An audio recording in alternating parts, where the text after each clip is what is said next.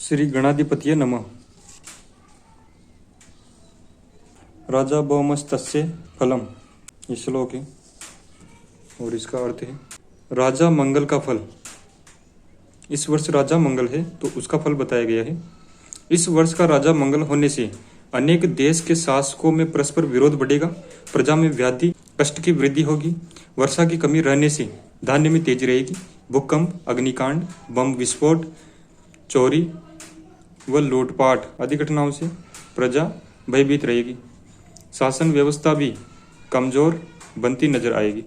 मंत्री शनि तस्य फलम, मंत्री शनि का फल। वर्ष का मंत्री शनि बना है, अतः प्रजा के लोगों में वाणी में कठोरता तथा दयाभाव की कमी दिखाई देगी। हत्या, लूटपाट, अपहरण की घटनाएं बढ़ेगी। वर्षा में कमी से दुर्भिक्ष भय बढ़ेगा, जिससे धान्य आदि में तेजी होगी। प्रजा में भय का वातावरण बना रहेगा।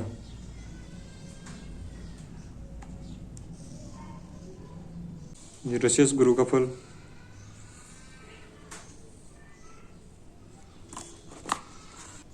रोहिणी निवास का फल। इस वर्ष रोहिणी का निवास वर्ष प्रबोध ग्रंथ के अनुसार संधि पर है, अतः वर्षा मध्यम या खंड वृष्टि के रूप में होगी। धान्य आदि का उत्पादन बढ़ेगा। सरकार द्वारा नए कर आरोपण के नियम लागू किए जाएंगे।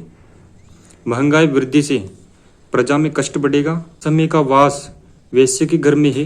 व्यापारिक वस्तुओं के साथ खाद्यान्य पदार्थों में भी उतार चढ़ाव चलेंगे, जिससे व्यापारी वर्ग धन लाभ कमाने में सफल रहेंगे। अराजकता, अनैतिकता तथा महंगाई से आम जीवन अस्त व्यस्त होगा।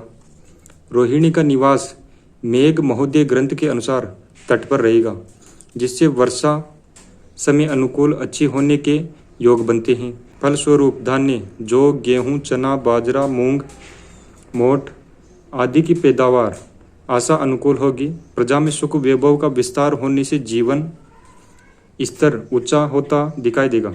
शासक गण भी औद्योगिक विकास के लिए नवीन योजनाओं के प्रस्ताव तैयार कर उन्हें लागू करने में प्रयास करेंगे। समय का वास धोबी के घर होने से वर्षा की श्रेष्ठता बनेगी, जिससे संपूर्ण नदी तालाब जल से परिपूर्ण होते दिखाई देंगे। यथा वापी कूप तड़ागानी नदी नद वनानी च जलपूर्णानि दृश्यन्ते वासो रज के। संवत समय का वाहन। इस वर्ष का राजा मंगल बनने से संवत का वाहन वृषभ बैल बना है, जिससे वर्षा की श्रेष्ठता धान्य आदि के लिए उत्तम रहेगी। किंतु कहीं कहीं प्रकृति प्रकोप, भूकंप, बम विस्फोट से प्रजा को कष्ट होगा।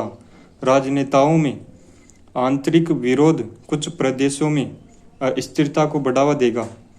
संवत्सर संहिता के अनुसार संवत का वाहन नाव भी बताया गया है, जो औद्योगिक उत्पादन में गिरावट के साथ रोजगार में कमी कारक बनेगा, जिससे लोगों में पलायन की स्थिति बनेगी। भ्रष्टाचार, गुंडागर्दी, चोर डाकुओं से प्रजा पीड़ित रहेगी। चौपाई पशुओं में रोग पीड़ा की वृद्धि होगी। वर्ष के 4 स्तंभ जल स्तंभ, तृण स्तंभ, वायु स्तंभ, अन्न स्तंभ। वर्षा आदि की विश्वमान। वर्षा विश्व 5, धान्य 11। नववर्ष प्रवेश लग्न।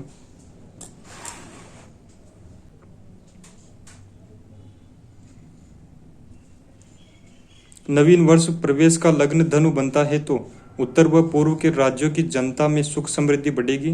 कहीं कहीं अनावृष्टि या अतिवृष्टि से दुर्भिक्ष की संभावना बन सकती है, जिसका प्रभाव मध्य प्रदेश, उत्तर प्रदेश में रह सकता है। कुछ स्थानों पर महामारी जैसे रोग से जनता पीड़ित रहेगी। पश्चिम में धान्य आदि व घृत की सुलभता 5 मास तक रहे। दक्षिणी प्रदेशों में जनता सुखी, किंतु चौपाया पशुधन में रोग पीड़ा पड़ेगी। जबकि राजस्थान के पश्चिमी भाग जोधपुर, बाड़मेर, जैसलमेर, बीकानेर, श्रीगंगानगर सहित पश्चिमी गुजरात, पश्चिमी पंजाब, पश्चिमी हिमाचल प्रदेश व जम्मू कश्मीर में नववर्ष प्रवेश वृश्चिक लग्न में होगा। वृश्चिक लग्न का अधिपति मंगल चतुर्थ भाव में शनि के साथ रहेगा, जो राजस्थान के पश्चिमी भाग सहित उपरोक्त क्षेत्रों में प्रकृति प्रकोप, भूकंप, तूफान व अल्प वृष्टि से जनधन की हानि वाला साबित होगा। इन दोनों लग्नों की कुंडली नीचे दी गई है। नववर्ष प्रवेश कुंडली प्रथम, नववर्ष प्रवेश कुंडली द्वितीय।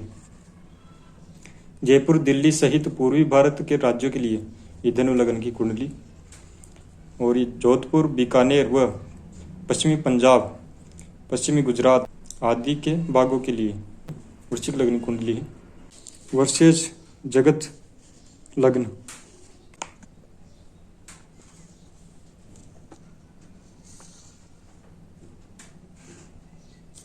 चतुर्थ भाव में सूर्य बुध शुक्र का योग बनने से असम, बंगाल, बिहार, झारखंड, उत्तराखंड, उत्तर प्रदेश, मध्य प्रदेश आदि में जुलाई से सितंबर के मध्य कहीं बाढ़, तूफान, आकाशीय बिजली गिरने से जनता स्तब्ध रहेगी।